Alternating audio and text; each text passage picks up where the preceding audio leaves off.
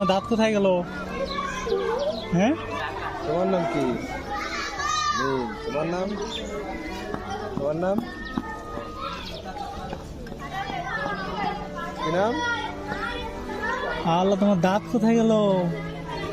হ্যাঁ, তোমার দাঁত কোথায়? তোমার নাম কি নাম? আব্দুর রহিম। তোমার দাঁত করে নাই?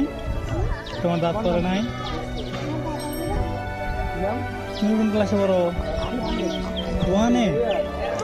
ছোট ওয়ানে? বড় ওয়ানে? তুমি ওয়ানে? তোমরা কি সবাই ওয়ানে পড়ো? তাহলে তোমরা অনেক বড় হয়ে গেছো। তোমার দাঁত কোথায় গেল? হ্যাঁ,